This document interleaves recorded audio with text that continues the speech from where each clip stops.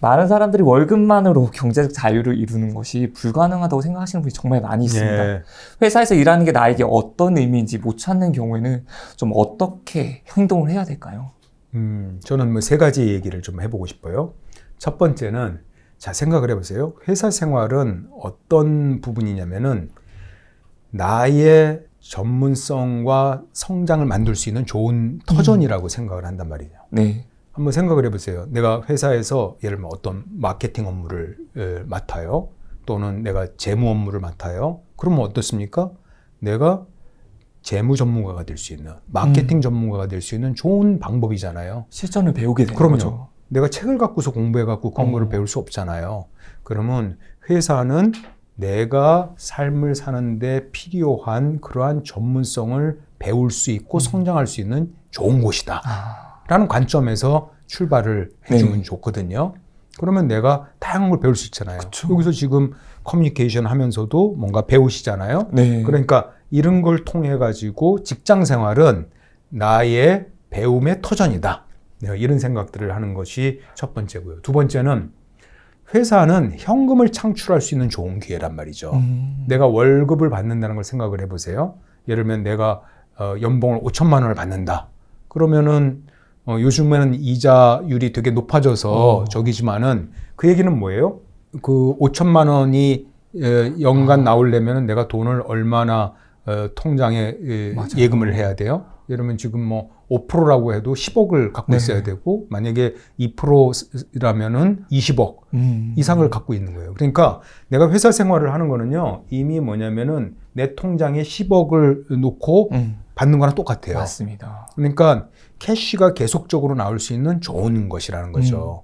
그래서 세 번째는, 부자가 될 수 있는 방법은 세 가지의 소득원들을 만드는 거라고 난 생각을 해요.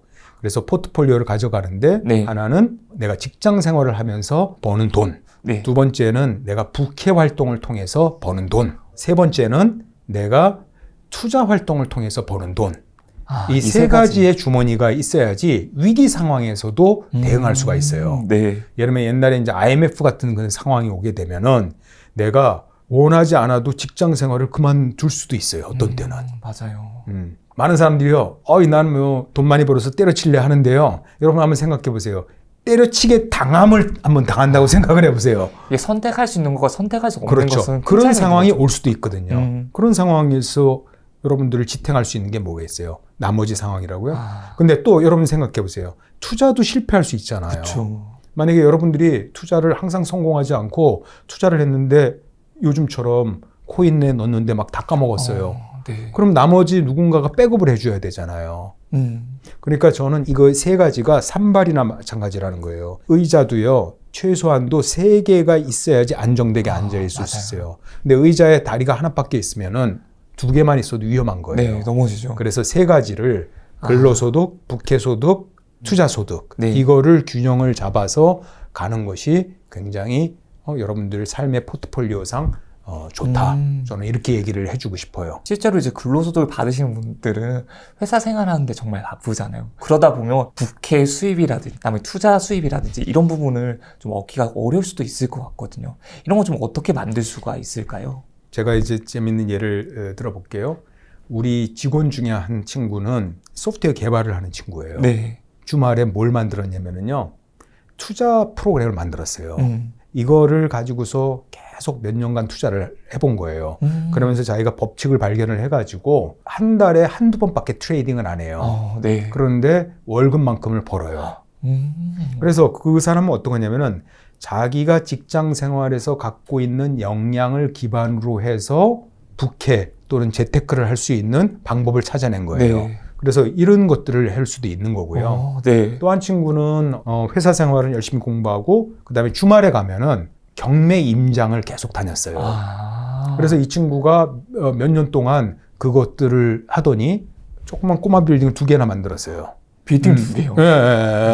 그렇게 하면서, 그러니까 어때요? 직장 생활도 재밌게 하고 그다음에 그게 빌딩 주인으로서 건물주까지 건물주도 하고 주말 시간을 활용을 한 거예요. 그래서 저는 직장 생활을 해도 주말 시간이라든지 또는 직장에서 얻은 역량들을 잘 활용을 하면은 충분히 저는 부캐라든지 또는 투자라든지 활동을 할 수 있다는 거죠. 저도 예를 들면 이 책을 어떻게 냈겠어요? 주말에 제가 직장 생활을 하면서 배우고 느낀 것들을 글을 2글씩 썼어요. 2개의 블로그씩을 갖다가 10년간 이상을 쓴 거예요. 와, 10년이요? 네. 그걸 가지고서 책을 냈고 베스트셀러 작가가 됐고 강의도 가끔 하고 그게 저의 자연스러운 부캐가 된 거죠. 그런 것처럼 자기가 직장에서 얻은 뭔가 노하우를 예를 들면 블로그라든지 이런 데 꾸준하게 기록을 하든지 아니면 거기에서 가진 노하우를 이용해서 아까 얘기한 것처럼 어떤 프로그램 같은 것들을 뭔가 자기의 전문적인 뭔가를 만들든지 또는 직장 생활과 또 별도로 자기가 어떤 투자 활동이라든지 이런 노하우들을 공부를 해서 해나간다든지 그런 것들을 짧게 말고요. 1년 말고 한 5년 이상을 꾸준하게 하면은 충분히 저는 좋은 포트폴리오를 만들 수 있다고 생각을 합니다. 네. 조급함을 버려야 된다는 생각이 좀 들었어요. 말 들으시면서 이걸 1년 안에 내가 부캐를 만들어야지. 뭐 6개월 안에 부캐를 만들어야지. 이건 사실 힘들 수 있잖아요. 개발을 해야 되는 부분도 있을 거고 역량이 올라갈 때까지도 필요한 시간이 있으니까. 맞아요. 제가 그 물어봤는데 그 부동산을 한 친구도 한 5년 이상 하면서 뭔가 이제 노하우가 쌓였다고 그러더라고요. 그 다음에 아까 그 프로그램을 만들어서 투자를 한 친구도 한 10년이 걸렸대요. 10년이요? 제가 글을 쓰게 된 게요. 글을 본격적으로 쓰게 된 게 12년이 됐어요. 그러니까는 축적의 시간이 좀 필요한 거예요. 그래서 한 최소한 3년에서 5년 이상의 내가 어떤 영역에 대해서 축적의 시간들을 쭉 가지게 되면은 자신만의 포트폴리오를 나는 그 3가지들을 좀 만들어 나갈 수 있을 거라고 생각을 합니다. 다들 하루아침에 딱 하고 나왔으면 좋겠지만 그건 아니죠. 그러면 너무 좋죠. 너무 좋은데. 근데 그게 꼭 좋지도 않아요. 뭐냐면은 우리 통계에도 있는데요. 복권으로 일확천금을 받은 사람이 그 돈을 유지하는 비율이 10%도 안 된대요. 10%가 안 돼요? 그러니까 한꺼번에 돈을 받으면은 그거를 갖다가 쓰는 것도 쉽게 낭비하게 돼요. 그래서 이게 축적의 시간이 나쁜 게 아니라는 거죠. 여러분들이 만약에 1년만 산다면은 일확천금이 필요하겠죠. 근데 우리 어차피 100년 살 거거든요. 그래서 약간의 축적의 과정을 가져고서 우리가 발산하는 거, 그거 괜찮은 일입니다. 그럴 만큼 경험이 쌓이면서 어떤 위험이 있다고 하더라도 극복할 수 있는 에너지도 같이 키울 수 있다는 생각이 들어요. 예, 맞습니다. 많은 사람들이 이제 20억 정도 갖고 있으면 퇴사를 하고 파이어로 넘어가도 된다고 생각하시는 분들이 많이 있습니다. 작가님 보실 때 자유의 본질은 어떤 게 있다고 생각하시나요? 자유라는 건 뭐냐면은 이런 거예요. 내가 일하고 싶지 않은 사람이랑 일하지 않을 자유. 예를 들면 내가 일하고 싶지 않은 시간에 일하지 않을 자유. 자유라는 건 다시 말하면은 당당함이에요. 그러니까 내가 부가 있다라는 건 뭐냐면은 당당할 수 있다라는 얘기거든요. 내가 예를 들면은 부가 있어요. 그럼 직장 생활을 해요. 근데 직장에서 나를 맨날 괴롭히고 막 힘들게 해요. 그러면은 부가 있으면 어때요? 난 때려치면 되잖아요. 그리고 다른 데 가면 되잖아요. 멋있게 사표를 그렇지. 내주는 그리고 거죠. 다른 데 가면 되잖아요. 근데 내가 돈이 없어요. 그러면은 그 수모를 다 참고 견뎌야 되는 거잖아요. 그래서 내가 부가 있다라는 건 뭐냐면은 나를 당당하게 만드는 거거든요. 자유롭게 만드는 거거든요. 그러니까 내가 쉬고 싶을 때 쉴 수 있고 내가 그만두고 싶을 때 그만둘 수도 있고 하는 게 내가 부가 주는 나의 힘이라는 것이죠. 그래서 그러한 부분들이 있다면은 괜찮아요. 근데 그러한 부분들이요, 꼭 금액의 액수로 결정되진 않아요. 예를 들면 어떤 사람은 100억을 가지고도 당당함과 자유를 못 가지는 사람이 있고요. 어떤 사람은 10억을 가지고서 당당한 자유를 갖고 있는 사람도 있어요. 그래서 꼭 비례하진 않아요. 근데 이거는 돼요. 뭐냐면은 부와 행복에 대한 그래프도 어떻게 됐냐면요. 이렇게 돼요. 그래프가 이렇게. 어느 정도까지는 비례해요. 내가 부와 행복이. 근데 어느 정도 부 이상에서는 큰 차이가 없어요. 내가 너무 가난하면은 자유가 없어요. 그래서 일정 규모 이상은 갖고 있어야 돼요. 예를 들면 최소한 뭐 10억 뭐 이런 정도는 있어줘야 되죠. 근데 그 이상은 100억이나 1000억이나 1조나 그렇게 큰 차이가 없다라는 거예요. 거기서는 나의 마음가짐이 더 중요하거든요. 그래서 여러분들이 저는 지금서부터 뭘 훈련하셨냐면 당당함을 훈련하셔야 돼요. 자신감. 네. 내가 돈이 얼마나 있냐 없냐 네. 이런 것보다는 내가 당당하고 자신감을 갖게 되면은 그게 자유예요. 그게 부를 통해서 얻을 수 있는 최종적인 목적이거든요. 야. 그거를 여러분들이 100억이 없고 1000억이 없어도 지금 누릴 수가 있어요. 그 당당함의 값이 그거예요. 나의 당당함은 돈으로 환산할 수는 없죠. 그렇죠. 그게 여러분들의 10억의 가치, 100억의 가치만큼 있는 거예요. 왜냐하면 부의 본질이 자유고 당당함이기 때문에 그런 거거든요. 페이스북에 재밌는 사진이 나왔는데 100억 부자, 조 이상 부자의 네. 옷차림이 나온 거야. 약간의 부자의 옷차림은 어떠냐면은 명품을 막 입고요. 약간의 부자. 네. 근데 엄청난 부자는 어떻게 하냐, 몇만 원짜리 티 입고 입고 네네. 다녀요. 그러면 진짜 부자들은 당당함이 있기 때문에 그러는 거예요. 재밌는 게 뭐냐면은 워렌 버핏은 어떤 차 타고 다니냐면은요.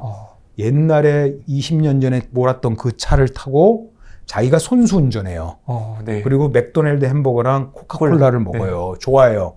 근데 이분은 뭐예요? 그게 당당해요. 사람들에게 쇼잉하기 좋아하는 사람은요, 약간 부자들이에요. 약간 부자들은 내가 딴 돈이 있어요. 막 이런 걸 보이고 싶어요. 사실은 그게 당당하지 않은 거예요. 진짜 부자들은 별로 그렇게 티를 안 내요. 진짜 부는 자유와 당당함에 있다라고 말씀을 해주고 싶어요.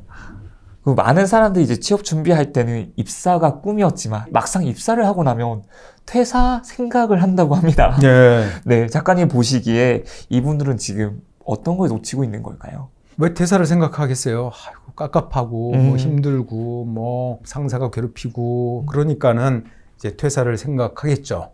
근데 생각해 보면은요, 퇴사를 하면은 그냥 자유로울까? 이것도 한번 좀 생각을 해봐야 돼요. 왜냐면 제가 자꾸 강조하지만 지금 100세를 사는 시대거든요.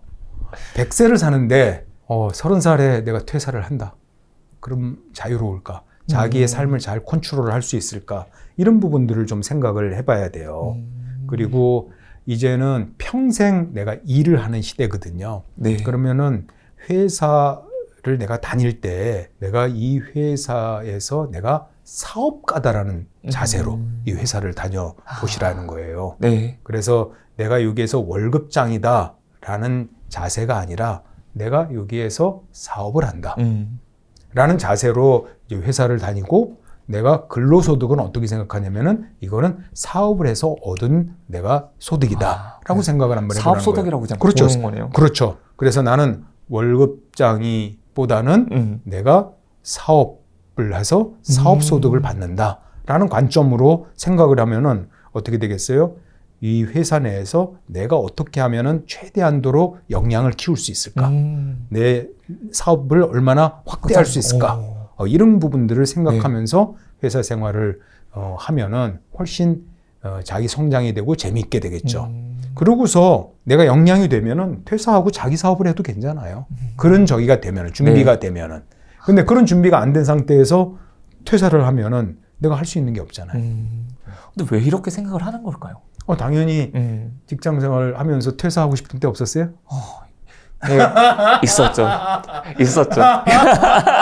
워라밸이 안 맞는다든지 또 뭐 가정에 양육을 해야 되는데 어렵다든지 아니면 뭐 상사가 괴롭힌다든지 뭐 회사에 뭐 여러 가지 이유가 있겠죠. 그런데 항상 생각할 게 내가 여기에서 내 역량을 키운다. 내가 사업가로서의 준비를 한다. 이런 생각으로 직장 생활을 하시면은 좋을 거예요. 그래서 퇴사가 저는 나쁘다라고 생각하지는 않아요. 준비된 퇴사는 괜찮다. 근데 준비되지 않은 퇴사는 위험한 상황이다라고 얘기를 하고 싶어요. 얼마 전까지 상승장이었잖아요. 네. 부동산도 상승하고 주식도 많이 상승하고 코인도 돈 번 사람들이 많은 걸로 알고 있거든요. 작가님 주변에서도 이렇게 퇴사를 하신 분들이 있었을까요? 저도 조금 들었어요. 특히 이제 코인으로 네. 수십억을 벌어서 퇴사했다라는 그런 친구들을 좀 들었거든요. 근데 안타까운 게 뭐냐면은 네. 코인을 그때 벌었을 때 팔고서 퇴사하질 않았어요. 가지고 있는 상태에서 그냥 퇴사를 한 거예요. 근데 그 하락장을 그냥 몸에 맞은 거죠. 그래서 이게 이제 참 안타까운 일이죠. 몇십억을 벌으면 그게 대단한 돈 같지만은 아파트도 하나 살기 어려워요. 그리고 아까 제가 얘기 드렸잖아요. 내가 월급을 연봉을 몇 천만 원 받는다는 게 이미 내가 수십억을 은행에 갖고 있는 거나 마찬가지거든요. 이자를 받고 있는 거죠. 그렇죠. 이자를 받고 있는데 네. 내가 굳이 이 캐시플로우를 희생하면서까지 때려칠 이유가 뭐가 있겠어요. 그래서 이런 캐시플로우를 유지하면서 내가 필요한 부분들 또 부캐로 가져가면 좋죠. 근데 아까 얘기한 것처럼 내 부캐가 본캐보다도 훨씬 더 잘해. 수익도 클 수 있어. 그러면은 그만두고 그 부캐로 가져가는 거는 괜찮아요. 부캐가 메인으로 되는 거네요. 그건 괜찮아요. 예전에 로또 당첨되면 회사 그만둔다고 하는 사람들이 처음에 많았거든요. 네. 근데 언젠가부터는 로또 당첨이 돼도 회사를 다니겠다고 생각하는 사람들이 더 많아진 것 같아요. 당연하죠. 로또라는 거는 원타임이잖아요. 맞아요. 이게 가장 좋은 거는 뭐냐면은 소득이 플로우로 들어오는 거예요. 꾸준하게 매달 내게 일정 규모 이상의 돈이 들어온다면은 네. 내가 뭐 퇴사를 할 수도 있겠죠. 근데 그렇지 않은 일회성을 가지고서 내가 평생을 산다라는 거는 굉장히 위험한 일이죠. 그리고 일이 주는 성장과 즐거움이라는 게 있잖아요. 네. 이런 것들을 같이 누리면서 나는 직장 생활하는 게 참 좋은 것 같아. 난 공짜로다가 회사에서 일도 가르쳐주고 돈도 주고 그래서 저는 굉장히 긍정적으로 생각을 합니다. 사업가라는 관점에서 보니까. 지금은 뭐 거의 사장님이시잖아요. 근데 그 전에도 항상 사원 때부터 지금까지도 늘 그 마음을 가지고 오셨을까요? 네, 저는 한 30대 후반부터는 제가 계속 사장이라는 생각으로 살았던 것 같아요. 네. 그래서 어떤 조직을 어떤 일을 하든지 나는 거기에서 기업가다, 이거는 내 회사다, 내가 사장이다 이런 생각으로 지냈어요. 빠르면 40대 후반, 늦으면 50대에서는 이제 회사에서 명예퇴직을 하시는 분도 많은 것 같습니다. 친한 동생이 명예퇴직을 당했다고 생각한다면 좀 어떻게 이야기를 해주실 수가 있을까요? 그러니까 사실은 명예퇴직 당하기 전에 제가 얘기해 준다면은 그래서 아까 제가 말한 3개의 포트폴리오를 가져야 된다는 거예요. 내가 어떤 상황이든 대비하라는 거죠. 갑자기 명예퇴직이 있을 수도 있고요. 네. 갑자기 내가 투자했던 자금들이 무너질 수 있어요. 그쵸. 요즘처럼 부동산이나 저기처럼 또는 내가 부캐가 또 못하게 될 수도 있어요. 이러한 상황들을 지켜나가기 위해서 내가 산발이를 가져가는 것이 필요하다는 것이죠. 그리고 어쩔 수 없이 지금 퇴직을 당했다면은 적극적으로 자신을 알려야죠. 보통은 갑자기 퇴직당한 사람들의 문제점은 뭐냐면은 부끄러워해요. 그래서 자신을 막 숨겨요. 막 도망다니고 그 다음에 폐쇄적으로 부끄러우니까 집안에 숨어요. 그러면 숨으면 숨을수록 기회는 없어져요. 오히려 적극적으로 사람들을 만나고 자기 자신의 역량들을 제공을 해서 뭔가 또 하나의 기회를 얻어야 되겠죠. 근데 그것보다도 더 먼저는 그래서 내가 어떤 상황들을 대처할 수 있게끔 나만의 포트폴리오를 가져 나가는 것들이 필요하리라고 저는 생각을 하고 있어요. 네, 실제로 기사를 봤을 때도 메타에서도 인력 감소를 한다고 하더라고요. 그러면 메타 코리아에서도 인력 감소가 일어날 거고 이런 부분이 연쇄적으로 좀 일어날 수가 있겠더라고요. 그렇죠. 그래서 회사에서도 자신의 경쟁력을 최대한도로 만들어 놓은 사람들은 어때요? 퇴직이 당해도 메타에서 나온 사람들을 거의 걱정할 필요 없어요. 우리 있잖아요. 세상에서 제일 쓸데없는 걱정이 연예인 걱정이라고 그러잖아. 네네네. 무슨 말이냐면은 경쟁력 있는 사람은요. 어떤 상황이 돼도 별 문제가 없어요. 네. 문제는 어떤 사람들이에요? 경쟁력이 없는 경우가 문제가 되는 거죠. 그래서 자꾸 아까 얘기한 것처럼 나는 회사에서 그냥 월급 주는 데만 일할 거야. 나는 노예야. 그러니까는 그냥 최소한도로만 해야지. 이렇게 되면은 갑자기 나올 상황에서 내가 경쟁력이 없어요. 네. 그게 아니라 나는 내 경쟁력을 여기에서 만들 거야. 그게 회사도 윈하고 나도 윈하는 방법이라니까요. 그러면 그런 상황에서 퇴직이 해도 내가 갈 수 있는 기회들이 많죠. 내가 예를 들면 마케팅 전문가예요. 정말 굉장히 그 분야에 잘해. 근데 내가 회사에서 퇴직을 당해요. 그럼 다른 데 가서 마케팅 할 수가 있잖아요. 아, 그렇죠. 내가 프로젝트 PM이에요. 이런 거를 잘할 수 있는 사람은 다른 데 가서도 할 수 있거든요.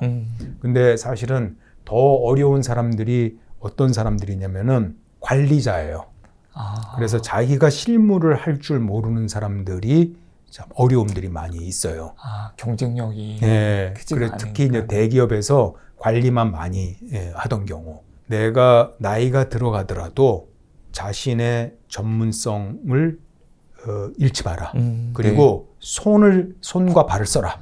입으로만 일하지 말고 위로 올라가면 올라갈수록 뭐냐면은 입으로 일하게 돼요. 그러면 지시하고 나와서 경쟁력이 없어요. 그래서 재밌는 게 지난번에 이제 한 분이 와서 얘기를 하는데 글로벌 회사에서 일하는 분이에요. 네. 근데 이제 그분이 한 50대 정도 됐어요. 근데 그분은 아직도 자기가 문서를 다 만들고 자기가 직접 일을 다 해요. 근데 그분이 이제 한국에 오래간만에 와갖고 대기업 친구를 만난 거예요. 그랬더니 친구가 문서도 만들 줄 모른대요, 지금. 친구가 임원인데 네. 맨날 입으로다만 하다 보니까 자기가 할 줄 아는 게 없는 거예요. 그러면 갑자기 퇴직을 당하게 되면은 네. 어떻게 돼요? 어디 가서 할 수 있는 게 없어요. 그래서 회사의 눈치를 보지 않으려면은 네. 첫 번째는 네. 내가 실제로 할 수 있는 전문성을 길러 나가라. 네. 그리고 두 번째는 아까 얘기한 것처럼 세 개의 다리를, 세 개의 발을 잘 균형 있게 잡아라. 라고 좀 얘기를 해주고 싶어요. 저는 뭐 다 그거는 할 수 있다고 생각을 해요. 네, 충분히. 그리고 이 영상을 보시는 분들은 이미 깨어있는 분들이잖아요. 그리고 뭔가 적극적인 호기심을 가지고 공부하는 분들이잖아요. 저는 이런 분들은 충분히 다 이런 준비를 미리미리 할 수 있다고 생각을 해요. 뭔가 이렇게 극단적으로 일과 직장은 뭔가 나쁜 거야. 또 이거를 뭐 탈피해야 돼. 이런 것이 아니라 내가 일에서도 정말 최고가 되고 여기에서도 보람을 느끼고 정말 즐거움을 느끼고 성장하고 부에 대한 부분도 잘 쌓아나가고 그래서 이 두 가지를 잘 결합을 해서 결국은 자유롭고 당당한 주체적인 삶 이런 것들을 살면서 좀 지나기를 저는 간절히 바랍니다. 이제 작가님께서는 한 기업의 대표이면서도 예. 여러 가지 일을 하셨기 때문에 많은 분들을 만나봤을 것 같습니다. 예. 성공하신 분들과 그렇지 못한 사람들의 차이는 혹시 뭐가 있을까요? 저는 한번 세 가지 정도로 얘기를 할 수 있을 것 같아요. 첫 번째는 뭔가 자신이 하는 것들을 끝까지 이루는 분들이에요. 예전에 있잖아요. 제가 이제 회사 직장 생활을 할 때 새로 온 분이 있었어요. 네. 근데 그분이 뭐냐면은 1년 동안 회사에서 열심히 뭔가를 하더니 과장님보다도 더 높은 실력들을 보였어요. 오, 1년 만에요? 네, 그 이유를 보니까는 이 친구가 뭐냐면은 회사 끝나고 나서도 계속 뭐냐면은 컴퓨터 일을 했었는데 네. 컴퓨터 실습을 회사 위에 올라가고 꾸준히 계속 하게 되는 거예요. 그러니까 그것들이 1년 동안 쌓이니까는 훨씬 기존에 있는 사람들보다 퍼포먼스를 내게 되더라고요. 그 다음에 두 번째는 적극성인 것 같아요.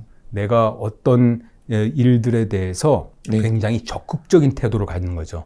소극적으로 내가 가만히 있으면 뭐가 올 거야 라고 생각하는 경우에 성공하는 분들을 많이 보지 못했어요. 그리고 마지막으로는 긍정성이라고 좀 생각이 들어요. 네. 그래서 대부분 성공하시는 분들의 공통점은 있잖아요. 뭔가 미래에 대해서 낙관적이고 긍정적이에요. 그래서 내 미래가 정말 잘 될 것이다. 그렇지만은 현재에 대해서는 또 냉정하게 보는 거죠. 메타인지도 하면서 나를 냉정하게 평가도 하고. 그렇죠. 그래서 이게 성공이라는 부분들은요. 흥미롭게도 미래에 대해서는 굉장히 낙관적으로 보고요. 네. 그렇지만 현재는 어려울 수도 있다. 현재 리스크에 대해서는 냉정하게 평가를 하는 사람. 이런 사람들이 성공을 할 수 있어요. 그냥 모든 것이 잘 될 거야. 이렇게 낙관적으로 생각하는 사람들 실패하기 쉬워요. 왜냐하면 모든 것이 잘 될 거야 생각했는데 현재 실패하잖아요. 그러면 이제 쓰러져 버리는 거예요. 근데 또 모든 것이 잘 안 될 거야 이렇게 부정적으로 생각해도 성공하기 어려워요. 정말 한 끗 차이네요. 네, 이거 한 끗 차이요. 어떻게 딱 생각하는지에 따라서 그렇죠. 달라지는 거네요. 그래서 미래에 대해서는 굉장히 낙관적으로 생각을 하고요. 잘 될 거야. 그렇지만 현재는 어려움이 있을 수도 있어. 이거를 하나하나 극복해 나갈 거야. 이게 성공의 비결이라고 볼 수가 있죠. 이것도 내가 재능이 있다는 게 좀 감이 와야지 네. 버틸 수가 있을 것 같거든요. 그렇죠. 뭐 시간 낭비를 하지 않기 위해서 내가 이걸 재능이 있다, 없다 이걸 판단할 수가 좀 있을까요?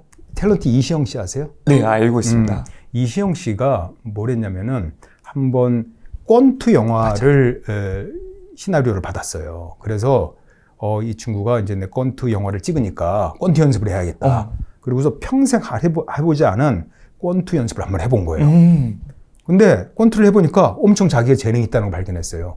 그래서 이시영 씨가요, 2년 만에 권투 연습을 해서 아마추어 챔피언이 됐어요. 권투한다는 거 아니면 챔피언까지 되신 거예요? 우와. 국가대표 그 선발전에도 나가서 그 자격증을 획득한 정도예요. 그래서 무슨 말이냐면은 그녀가 그거를 시도해 보지 못했다면은 자기가 거기에서 재능이 있다는 걸 발견하지 못했을 거예요. 그쵸. 그래서 재능이라는 거는 첫 번째는 내가 여러 가지를 시도를 해봐야 돼요. 그래야지 내가 어디에 재능이 있는지를 알 수가 있어요. 우리의 커리어라는 거는 계획대로 되지 않는다. 그래서 이제 크롬볼츠 교수라는 분이 있어요. 그분이 이제 연구를 쭉 해봤어요. 성공한 사람들의 커리어에 대해서 연구를 해봤는데요. 어떤 재밌는 결과를 냈냐면은 성공한 사람들 중에서 20% 정도만 자신의 계획대로 이루어졌어요. 나머지 80%는 네. 전혀 계획이 없던 커리어를 갖게 됐어요. 근데 그게 뭐냐면은 우연하게 만난 어떤 사람이나 네. 또는 우연하게 벌어진 어떤 일로 인해서 자신의 커리어가 형성이 됐어요. 그래서 저도 보면은 제 커리어들이 제가 무슨 계획을 해서 된 것들이 아니라 우연하게 만난 사람, 우연하게 발생한 환경으로 인해서 그런 커리어들이 만들어졌거든요. 근데 그 크롬볼츠 교수가 그런 말을 해요. 그러한 좋은 행운이라는 게 아무나 오는 게 아니다. 그쵸. 그래서 그 좋은 행운이 올 수 있는 5가지 특징을 얘기를 했어요. 5가지요? 네. 그 중에서 한 가지가 뭐냐면은 호기심이에요. 호기심. 그래서 호기심을 많이 갖는 사람들은 네. 새로운 뭔가 우연한 기회, 우연한 사람을 만날 수 있는 거죠. 이를 통해서 자신의 삶이 변화할 수도 있어요. 제가 보면은 월급장애 부자의 많은 회원님들은 어떤 호기심을 갖고 이 월부에 조인하게 됐을 거 아닙니까? 이를 통해서 또 새로운 경험을 하고 또 부자가 될 수 있는 그런 기회를 얻게 된 거죠. 그 호기심 때문에 그렇다고 생각이 들어요. 호기심 때문에 항상 뭘 할 때 물음표를 붙이는 건 중요한 것 같습니다. 네, 맞습니다. 두 번째는 내가 시도를 해보면서 똑같은 노력을 들였을 때 남들보다 뛰어난가를 체크를 해볼 수가 있어요. 그러면 알 수가 있죠. 저는요, 운동에 재능이 별로 없어요.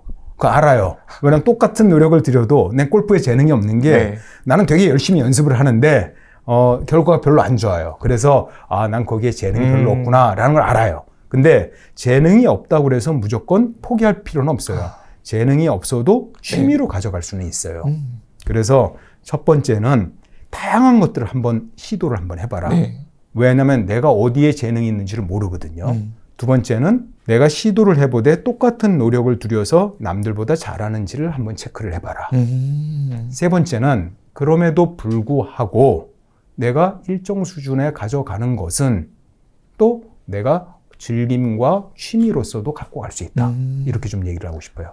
내 시간을 좀 많이 쓰지 않아도 시도할 수 있는 그런 방법이 있을까요? 그렇죠. 우리가 시간이라는 건 한정되어 있거든요. 그렇죠. 그래서 가능 아니면은 내가 잘할 수 있고 재미도 있는 그 일에 좀 초점을 맞추는 건 좋아요. 근데 내가 뭘 잘할 수 있고 내가 뭔가를 재미를 느낄 수 있는가라는 것들을 잘 모르니까 맨 처음에는 스몰 벳이라는 얘기를 했어요. 그래서 작게 배팅을 해보는 거예요. 우리가 투자를 할 때도 마찬가지거든요. 여러분들 투자 어떻게 해요? 조금씩 일단 배팅을 해보고 잘 되면은 더 배팅을 해보고 잘 안 되면은 손절을 해야 되는 거거든요. 마찬가지의 우리의 일도 마찬가지예요. 여러 가지를 쭉 벌려놓고 이것저것 하는 게 아니라 내가 한번 시도를 해보는 거죠. 근데 내가 재미도 있고 재능도 있는 것 같아요. 그러면은 여기에 더 시간을 써요. 그렇지 않은 거는 과감하게 손절할 수가 있어요.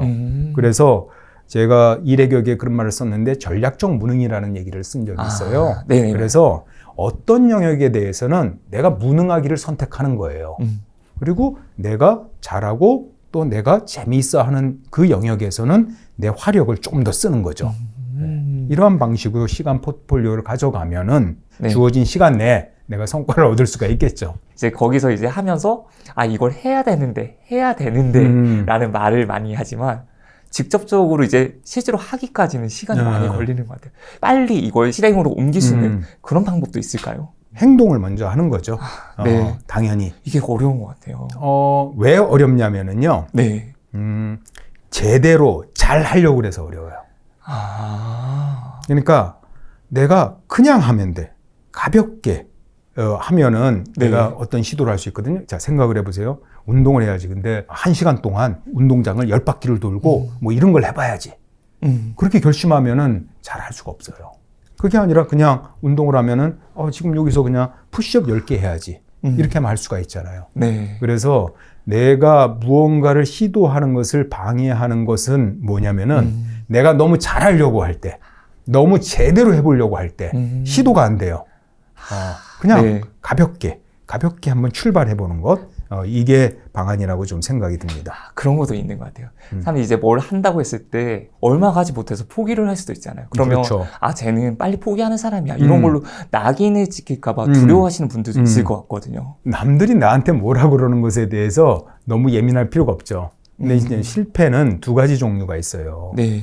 좋은 실패가 있고 나쁜 실패가 있습니다. 나쁜 실패라는 건 뭐냐면은 똑같은 실패를 다시 하는 거. 실패를 했는데 완전히 망해버리는 거. 이건 나쁜 실패예요. 좋은 실패는 뭐냐면은 내가 어떤 실패를 해서 교훈을 얻을 수 있는 거.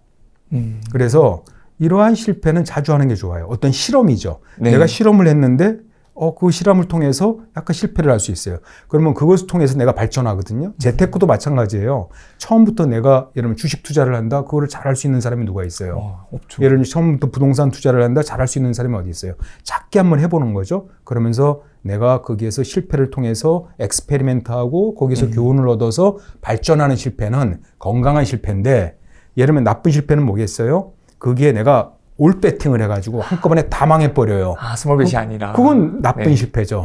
그러거나 똑같은 실수를 또 해요. 이전에 투자를 해갖고서 내가 망한 그 방법을 그 다음에도 똑같이 해서 망하고 똑같이 해서도 망해요. 그래서 모든 실패가 저는 다 건강한 실패라고 생각하지는 않아요. 네. 그래서 어떤 실패는 건강하지 않고 어떤 실패는 건강해요. 가능하면은 우리가 이 건강한 실패, 이런 부분들은 많이 할수록 더 도움이 될 거라는 거죠. 좋은 실패는 영어로 그냥 저는 실험이라고 그래요. 실패가 아니라 엑스페리멘트. 그러니까 엑스페리멘트를 많이 하라는 거예요. 엑스페리멘트. 그거는 실패가 아니라는 거예요. 네네. 그건 좋은 실패, 엑스페리멘트. 그래서 실패라는 용어보다는 저는 엑스페리멘트, 실험이라는 용어를 더 썼으면 좋겠어요. 혹시 그러면 실패를 해도 되는 나이라는 게 있을까요? 지금 이제 100세 시대잖아요. 그렇죠. 맞습니다. 예전에는 사실 수명이 짧았죠. 수명이 짧았기 때문에 실패에 대한 부분들을 내가 할 그런 기간들이 충분하지 않았어요. 근데 지금 이제 100세까지 사는 시대이기 때문에 내게 주어진 시간들이 많이 있다고 해요. 근데 분명한 거는 젊었을 때일수록 유리하다는 건 분명하죠. 네. 왜냐면은 나이가 들으면 들을수록 어떤 겁니까? 가진 것을 어떻게 하면은 잘 지킬까가 조금 더 중요한 부분이거든요. 네. 근데 젊었을 때는 가진 게 별로 없잖아요. 잃을 게 별로 없잖아요. 그러니까 다양한 작은 실패들을 반복해서 할 수 있는 좋은 기회가 있는 거예요. 그래서 젊었을수록 유리하다. 근데 지금 100세시기 때문에 네. 젊었다라는 그러한 나이 기준이 네. 과거에 비해서 완전히 달라지는 거예요. 옛날에는 젊었다라는 기준이 예를 들면 20, 30대였다면은 지금은 최소 40대까지는 젊었다라는 기준이 될 수 있는 거죠. 우리 작가님도 실패라는 걸 많이 하시나요? 그럼요. 실패를 안 하는 사람이 누가 있어요. 대신에 아까 얘기한 것처럼 나이가 들면 들수록 완전히 실패하는 위험들을 대응할 수 있게 되죠. 그러니까 나이가 들고 많이 있을수록 좀 보수적이 되죠. 투자도 마찬가지잖아요. 젊었을 때는 조금 더 과감한 투자들을 하지만은 나이가 들수록 포트폴리오를 조금 더 보수적인 포션들을 많이 갖고 가게 되는 거죠. 혹시 나이 때문에 포기했던 사람들에게 아마 그런 후회들이 있을 것 같은데 네. 도전을 망설이는 분들에게 좀 좋은 한마디 좀 부탁드리겠습니다. 연구 결과가 있어요. 이렇게 나이가 들어서 이제 죽음을 앞둔 사람에게 한번 물어봤어요. 삶에서 무엇가 굉장히 후회가 되느냐. 그런데 재밌는 게 보면은 내가 어떤 일을 해서 후회가 되는 경우는 25%밖에 없었는데요. 75%는 뭐냐면 어떤 일을 하지 않은 것에 대해서 후회를 해요.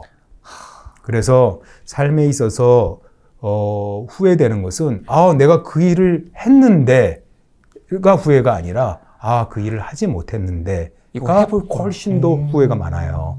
그래서 이 땅에 있을 때 네. 많이 다양하게 엑스페리멘트를 해보고 시도를 해보는 것들이 필요하다고 생각을 합니다. 그래서 자기 자신의 좀 더 시도를 하고 죽음을 앞두고 있는 사람들이 또 가장 후회하는 것 중에 하나가 뭐냐면은 내가 삶을 살 때 내 감정들을 다양하게 표현하지 못한 것에 대해서 후회를 많이 해요. 내가 좀 더 사랑한다고 할 걸, 내가 좀 더 감사하다고 할 걸, 내가 좀 더 고맙다고 할 걸, 이런 거 안 하고 너무 그냥 무미건조하게 사는 거죠. 그래서 다양하게 경험하고 네. 즐겁게 표현하라. 저도 마찬가지예요. 이게 한국 사람들은 특히 한국 남자들은 얼굴이 굳고 이게 목이 굳어가지고 맨날 이렇게 무게 잡고 있잖아요. 네. 다양하게 감정을 표현하고 즐겁게 지내는 것들이 필요하다라고 생각합니다. 작가님께서는 여러 사람들을 만나보셨을 것 같아요. 네. 성공한 사람들부터 시작해가지고 네. 좀 실패를 경험한 사람도 누군가가 성공을 했다라고 부를 수 있는 그런 기준이 좀 있을까요? 많은 사람들이 성공의 기준을 여러 가지로 설명을 하죠. 네. 예를 들면 나는 100억 이상을 벌면 성공이야. 또는 기업에서 내가 임원 이상에 가면은 성공이야. 근데 이런 것이 성공이라고 생각하진 않아요. 저는 성공의 그러한 기준은 뭐냐면은 내가 자유한가라는 것이 성공의 기준이라고 생각을 해요.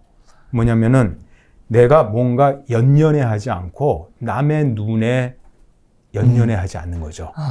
그러니까 모건 하우젤이라는 사람이 네. 부에 대해서 똑같은 얘기를 했어요. 부의 본질은 자유다라는 얘기를 했어요. 자유라는 건 뭐냐면은 내가 부를 쌓으면은요, 만나고 싶지 않은 사람들을 안 만날 자유, 내가 하기 싫은 일을 안 할 자유, 그게 있는 거거든요. 그쵸. 성공이라는 것도 마찬가지예요. 내가 자유롭게, 내가 당당할 자유죠. 그래서 내가 돈이 100억이 있어도 당당하지 못해요. 남의 시선에 예민해요. 그럼 그거는 자유가 아니죠. 나는 그건 성공이 아니라고 봐요. 내가 그렇게 많은 돈이 없더라도 내가 굉장히 당당하고 내가 자유롭게 행동할 수 있다면은 그게 성공이라고 저는 생각을 합니다. 그럼 그 기준 자체는 사람들에게 모두 다르게 적용될 수가 있겠네요. 그럼요. 누구에게는 금전적으로 그렇게 될 수 그렇죠. 있고 누구에게는 시간적으로, 장소적으로 그렇죠. 다 다르게 적용이 될 수가 있겠네요. 그럼요. 그럼 그 자유 혹시 이루셨을까요? 저는 어느 정도 자유하다고 생각을 해요. 예전에 보면은 네. 디오게네스라는 철학자가 있었거든요. 그래서 알렉산더 대왕이 디오게네스라는 철학자한테 좀 지혜를 구하려고 이렇게 갔어요. 근데 디오게네스가 굉장히 가난해요. 다리 밑에서 살아요. 네. 그러면서 이제 알렉산더 대왕이 그 사람한테 이런 얘기를 해요. 내가 당신이 원하는 것들을 다 들어주겠다. 나에게 지혜를 주면. 그랬더니 그 분이 뭐라고 대답했는 줄 아세요? 잠깐 옆으로 비켜주세요. 제가 햇빛을 지금 당신 때문에 못 받고 있어요. 그 사람에게는 그 사람의 삶에서 돈이나 지위나 이런 것들이 그렇게 중요하지 않았던 거예요. 그 사람은 그냥 자연을 누리는 그냥 자기 마음대로 사는 그게 자유였던 거죠. 그래서 사람마다 달라요. 어떤 네. 사람은 돈을 가지고 자유를 얻을 수도 있고요. 어떤 사람은 내가 어떤 자부심을 가지고 자유를 얻을 수도 있고요. 내가 어떤 사람은 누군가에게 변화를 시키고 세상에 좋은 영향을 미치는 게 자유가 될 수도 있어요. 그러한 자유롭고 당당한 삶, 그게 저는 성공이 아닐까 싶습니다. 음악을 보면은요, 시작과 끝이 똑같아요. 시작은 이렇게 시작했다가요, 막 돌아갔다가 다시 원래로다가 돌아옵니다. 그래서 결국 인생이라는 거는요, 시작과 끝이 동일해요. 삶에 대해서 두 가지의 큰 통찰이 있어요. 하나는 우리의 삶은 개인이 아니라 기프트다라는 예를 썼어요. 네. 왜냐하면은 내가 뭔가를 얻으려고 아둑바둑하는 것이 아니라 그냥 우리의 삶의 모든 것을 내가 선물로 여기라는 거예요. 그러니까 내가 재물에 대해서도 네. 선물로 여기고요. 내가 사랑하는 가족에 대해서도 선물로 여기고, 내가 호흡하는 이 순간도 선물로 여기고, 이렇게 만나는 이것도 선물로 여기고, 그런다 그러면은 내 삶이 굉장히 풍요로워지거든요. 결국은 사람은 어떤 상으로 출발을 하든지 빨리 가든지 늦게 가든지 결국은 다 끝에서 만나게 돼요. 근데 그러한 그 과정에서 내 삶을 좀 더 풍요롭게 할 수 있는 방법은 이 삶의 모든 것을 선물로 받아들이는 것이야. 너무 좋은 말씀. 내가 실패도 선물로 받아들이고, 내가 성공도 선물로 받아들이고, 그런다 그러면은 삶이 내가 조금 어려움에 있더라도, 야, 이거는 내가 값진 경험을 하는구나. 내가 누구에게 얘기할 수 있는 좋은 경험이구나. 이렇게 생각을 할 수가 있죠. 삶은 개인이 아니라 기프트다. 라는 얘기를 여러분들에게 해주고 싶네요. 야, 저도 생각해보니까 오늘 선물을 몇 개나 받았는지 모르겠습니다. 저도 마찬가지입니다. 여기에 제가 우연히 이 자리에 왔잖아요. 또 우연히 이렇게 같이 얘기하게 되고, 또 온라인으로 우연히 여러분들과 또 접하게 되는 거죠. 이게 다 선물이죠. 이게 또 어떤 모습으로 미래에 만들어질지 예기치 못하는 거지만은 뭔가 멋진 게 이루어질 수도 있는 거죠. 선물 자체가 이렇게 저렇게 연결이 다 되는 거네요. 예, 그럼요. 한 분야에서 최고가 되고 싶다면 어떻게 하는 것이 좀 좋을까요? 최고가 되는 방법, 두 가지 방법이 있어요. 한 가지는요, 나만의 차별화이죠. 나는 잘하고 다른 사람들은 못하는 거. 우리 회사는 잘하는데 다른 기업은 못하는 거. 이 영역을 파게 되면 최고가 될 수 있는 거죠. 네. 생각을 해보세요. 내가 못하는데 다른 사람은 잘하는 영역. 이걸 해서 최고가 될 수 있나요? 어렵죠. 근데 내가 잘하는데 다른 사람도 잘해요. 쉽지는 않지만 그렇죠. 열심히 노력해야 될 것 같습니다. 되게 노력해야죠. 근데 내가 잘하는데 다른 사람 못해. 좀 쉽죠. 그러니까 그런 영역을 네. 찾아서 파고드는 거. 그게 이제 한 가지 방법이고요. 네. 또 한 가지 방법은 내가 그런 영역이 마땅하게 없어요. 그러면은 어떤 방법을 쓰냐면은 몇 가지 영역을 조합하는 거예요. 미국에 딜버트 시리즈라는 만화가 있어요. 혹시 아세요? 직장 생활 가지고 만화를 그렸어요. 작가 이름이 스콧 애덤스라는 분인데 그분이 그 백만장자가 됐어요. 그 만화를 그려가지고. 그 만화를 그려가지고요. 근데 재밌는 게 그분이 어떤 얘기를 했냐면 이런 얘기를 했어요. 나는 만화를 그리는데 최고가 아닙니다. 근데 내가 작가로서도 최고가 아닙니다. 네. 또 직장 생활에서도 최고가 아닙니다. 유머도 최고가 아닙니다. 근데 요 네 가지를 다 조금씩 하는 사람은 없어요. 이분이 이 네 가지를 결합을 해서 최고가 된 거예요. 하나로 최고가 된 게 아니라 결합을 시킨 거네요. 그래서 제가 말씀드리고 싶은 거는 최고가 되는 두 가지 비결이 있는데, 하나는 내가 정말로 차별화되게 잘하고 남들이 못하는 영역들이 있다면은 그걸 아주 팔아. 이게 이제 첫 번째 비결이고, 두 번째는 이게 아무리 봐도 없어. 그렇죠. 이게 첫 번째가 사실 제일 어려운 거죠. 이게 제일 어려운 거잖아요. 아무리 봐도 없어. 그게 그러면은 내가 하는 몇 가지 영역을 조합을 하는 거예요. 아까 스콧 아담스처럼 조합을 해서 그거를 가지고서 가치를 부여하는 거예요. 조합을 많이 할 수 있으면 할 수 있을수록 내가 1등이 될 가능성이 높겠네요. 그렇죠. 나는 직장도 다니면서 유튜버도 할 줄 알고 책도 쓸 줄 알고 강의도 할 줄 알아. 게다가 재테크까지 할 줄 알아. 그러면 이 다섯 가지를 묶으면은 뭔가 자기만의 최고의 어떤 차별화가 될 수 있는 거죠. 여기서 뭐 하나가 더 추가되고 두 개가 더 추가되면 거의 압도적으로 1등을 할 수 있지 않을까라는 생각도 들기도 하네요. 그게 이제 스티브 잡스가 말한 커넥팅 닷스예요. 스티브 잡스가 자기가 갖고 있는 여러 가지 점들을 잘 연결을 하면은 그 분야에서 최고가 될 수 있다. 이렇게 얘기를 했거든요. 애플 같은 경우도 여러 개를 합쳐가지고 모아가지고 그럼요. 그 독보적인 제품을 만들었던 맞습니다. 거죠. 예. 일단 이 생각을 우리가 좀 벗어버려야 돼요. 일을 하는데 착취를 당한다. 뭐 이런 표현 있잖아요. 네. 저는 이런 표현들 이렇게 멋있는 표현 아니라고 생각해요. 직장 생활을 할 때 본인이 사업가라고 생각을 하라. 뭐 했어요. 그러니까 내가 직장을 하는데 월급장이라고 생각을 하는 게 아니라요. 네. 내가 이 직장에서 사업가라고 한번 생각을 한번 해보세요. 그러면 어떻게 활동을 할 수 있느냐 하는 거죠. 완전 생각이 달라질 것 같습니다. 그렇죠. 내가 만약에 이 사업을 한다고 생각을 해보세요. 사업을. 그러면 내가 사업가예요. 그러면 어떻게 되겠습니까? 내가 차별화된 부분과 희소성 있는 부분들을 이 송환에서 만들려고 해 나가겠죠. 계속 경쟁력을 키워야 될 것 그렇죠. 같아요. 네. 상사를 뭐라고 생각하면 되겠어요? 고객. 그렇죠. 기죠. 네. 상사를 고객이라고 생각하라고 해요. 맞습니다. 그러면 상사가 막 뭐라고 그래요? 네. 그러면은 내가 사업을 하고 고객이 막 뭐라고 그래요? 그러면 어떻게 받아들여요? 내가 개선해야 될 부분이 있는구나. 그렇죠. 더 잘해야 되겠구나. 그렇죠. 네. 그게 VOC니까 잘 네. 듣고 내 서비스를 개선하겠다. 이렇게 하면 되잖아요. 그렇죠. 그래서 관점을 노예가 아니라 사업가다. 라는 관점으로 내가 일을 할 필요가 있어요. 그러면은 그 가운데서 사실은 연봉이라는 게 따라오게 돼 있어요. 높은 연봉을 받는 사람들이요, 직장에서 자신을 노예라고 해서 직장에서 높은 연봉을 받는 사람은 단 한 사람도 없습니다. 내가 그 가운데서 내가 주인이고 내가 사업가라고 생각을 하는 사람, 이런 사람들은 자신의 차별화를 만들 수 있고 자신의 희소성을 만들 수 있거든요.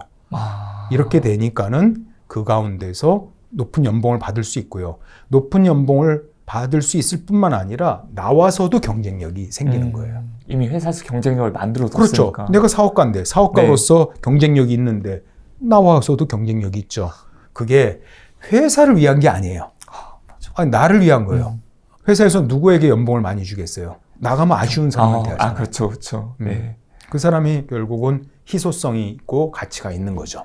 예술가처럼 일하라고 하신 부분도 네. 있더라고요. 네. 예술가는 뭐 어떤 식으로 일을 할까요? 작품을 만들잖아요. 그쵸. 작품을. 그러니까 회사 생활을 하면서 뭐냐면은 내가 어떤 자신만의 차별화된 작품을 만든다. 이런 관점으로 일을 하라는 거죠. 네.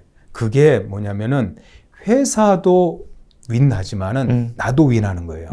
생각을 회사는 윈이고 나는 페일이야. 이런 생각으로 일하게 되면은 나는 항상 회사에서 노예와 루저가 되는 거예요. 그게 아니라 회사도 윈하고 나도 윈해. 나는 기업가고 나는 예술가야.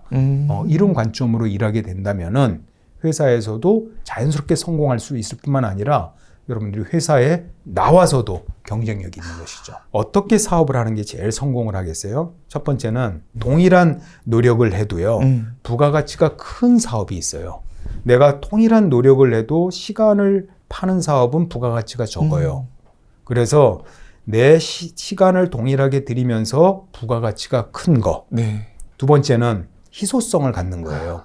그러니까 내가 나만이 할 수 있는 사업은 성공이 크잖아요. 네. 그래서 직장에서 높은 연봉을 받는 것도 똑같이 이 두 가지를 생각해야 돼요. 하나는 뭐냐면은 내 노력으로 큰 가치를 만들 수 있는 회사에 가는 게 좋아요. 네. 그래야 연봉을 많이 받을 수 있어요. 그렇죠. 내가 일하는데 회사에서 만들 수 있는 가치는 1억밖에 안 돼요. 한쪽은 10억이에요. 그러면 어디 가서 연봉을 주겠어요? 10억이죠. 그리고 두 번째는 이거를 갖다가 누구나가 다 할 수 있어요. 그리고 여기는 나만 할 수 있어요.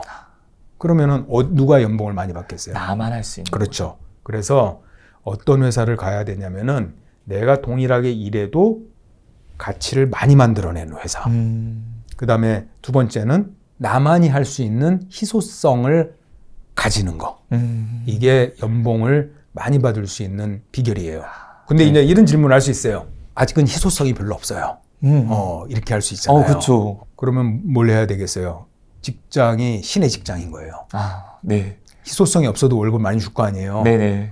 그런 데서는 떠나지 말고 있어야 되겠죠.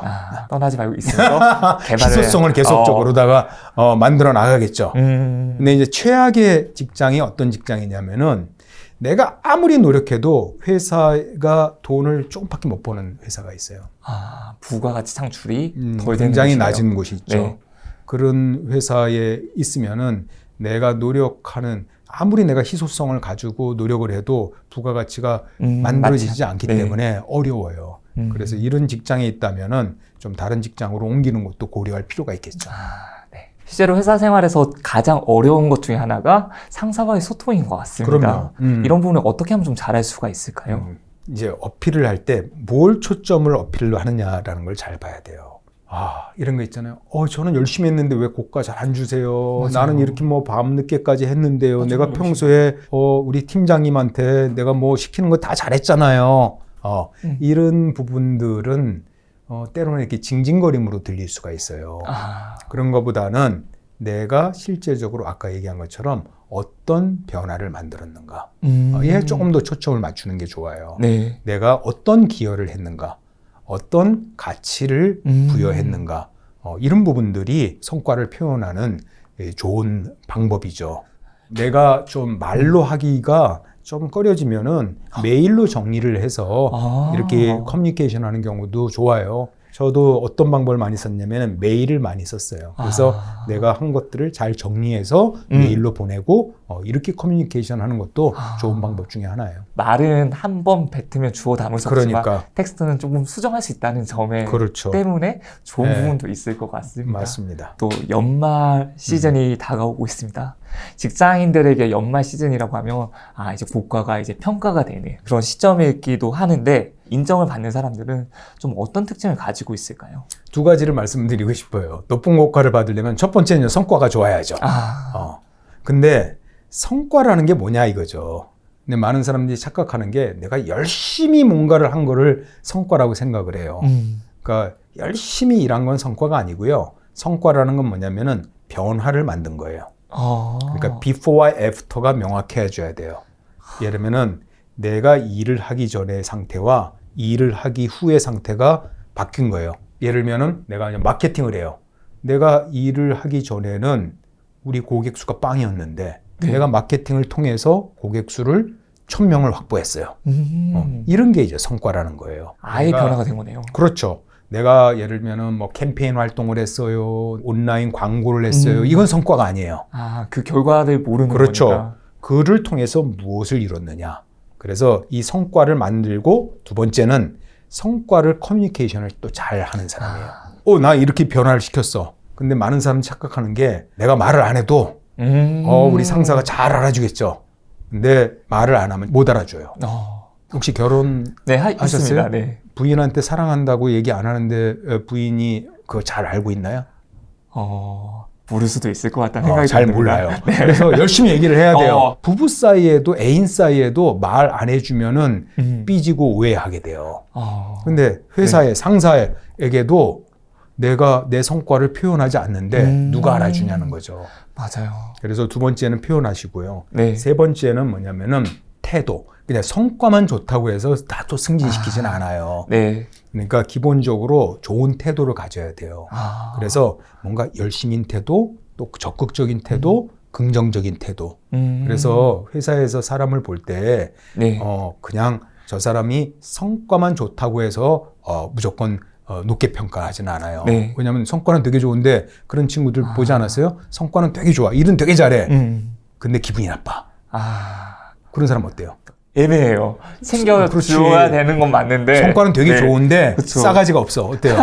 그래서 네. 이 두 가지 성과와 태도 이 두 가지가 잘 결합되는 것이 필요합니다. 만약에 인정을 받기 위해서 모든 일을 더 잘해야 되는지 아니면 일부분만 잘해도 되는지 이런 부분들이 조금 궁금하더라고요. 얼마 전에 한 분이 찾아왔어요. 근데 이분이 이제 나한테 이런 얘기를 하는 거예요. 정말 해야 될 게 너무 많습니다. 이렇게 제가 성공하는 것에 대해서 책도 많이 읽고 강연도 많이 들었는데요. 성공하려면은 매일같이 글도 써야 되고요. 매일같이 책도 읽어야 되고요. 경제서적도 읽어야 되고요. 맞아요. 또 건강도 챙기기 위해서 매일 운동도 해야 되고요. 이 5만 가지를 하려니까 너무 힘들다는 거예요. 맞아요. 그래서 제가 두 가지 얘기를 딱 했어요. 네. 한 가지는 전략적 무능, 또 하나는 one thing. 전략적 무능이라는 거는 내가 어떤 영역에서는 일부러 무능하게 되는 거예요. 네. 제가 예전에는 골프를 한 10년 정도 안 쳤어요. 왜냐면은 골프를 치려니까 제 주말을 다 희생을 했어야 돼요. 그래서 저는 주말에 책을 읽고 글도 쓰고 이렇게 하고 싶었거든요. 네. 그래서 제가 선택한 게 뭐냐면은 골프는 내가 무능하기로 하자. 그래서 사람들이 골프 쳐요. 그러면 저 골프 못 쳐요. 아. 뭐 골프도 못 치고 그러면 저는 뭐 골프 바보예요. 음. 뭐 그냥 이렇게 얘기하는 거예요. 스스로 무능하기를 선택한 거예요. 아. 부끄럽지 않게. 그렇게 하면은 시간이 많이 남잖아요. 그렇죠. 그걸 주말에 쓰는 비울 수 거거든요. 있으니까. 그래서 내가 어떤 것은 무능하기로 선택을 하면 돼요. 난 그건 바보야. 나는 그건 못해. 괜찮다 이거죠. 그리고 두 번째는 one thing. 네. 무슨 말이냐면은 내가 하고자 하는 많은 것 중에서요. 네. 가장 중요한 것부터 네. 출발을 하라는 거예요. 아. 우선순위를 네. 둬서 그래서 1개 또는 3개서부터 출발을 해요. 그래서 그거를 일단 이루고 난 다음에 좀 확대를 해요. 철광왕 카네기가 하루는 이제 젊은 컨설턴트를 만났어요. 그 카네기가 뭐라고 얘기했냐면은 이 컨설턴트한테 난 지금 시간이 별로 없는데 당신이 1분 안에 나한테 의미 있는 조언을 해주면은 내가 당신한테 $10,000을 주겠다 그랬어요. 네. 옛날에 $10,000이라는 건 굉장히 큰 돈이거든요. 그쵸. 근데 1분 안에. 근데 그 컨설턴트가 2마디 말을 하고 $10,000을 받았어요. 이게 무슨 말을 했는 줄 아세요? 회장님, 자신의 삶 중에서 가장 중요한 일 10가지를 쓰세요. 그리고 1번부터 시작하세요. 이 얘기를 했어요. 이게 $10,000짜리 어드바이스라는 거예요. 여러분들이 하고 싶은 일이 되게 많겠지만은 일단 쭉 펼쳐 있는 것 중에서 내가 무능할 거를 정리하고 가장 중요한 1개 또는 3개부터 출발하라고 제가 말씀을 드리고 싶어요. 어떤 분은 이런 얘기를 할 수 있어요. 저는 1가지만 하고 싶은데요. 3가지만 하고 싶은데 제가 해야 될 일이 많아요. 그렇잖아요. 할 수도 맞아요. 있잖아요. 네. 그러니까 예를 들면 어쩔 수 없이 해야 되는 일이 많이 있거든요. 그쵸. 그러면 어떻게 하냐면은 모든 일을 다 열심히 하지 마세요. 우리는요, 어떤 미신을 갖고 있냐면은 열심히 하는 것에 대한 미신을 갖고 있어요. 다 열심히 하지 마세요. 그러니까 어떤 것만 열심히 하세요. 그리고 그렇게 썩 중요하지 않은 거는 대충 하시면 돼요. 그게 키포인트네요. 그 24시간을 잘 보낼 수 있는 방법은 그런 거네요. 예. 네.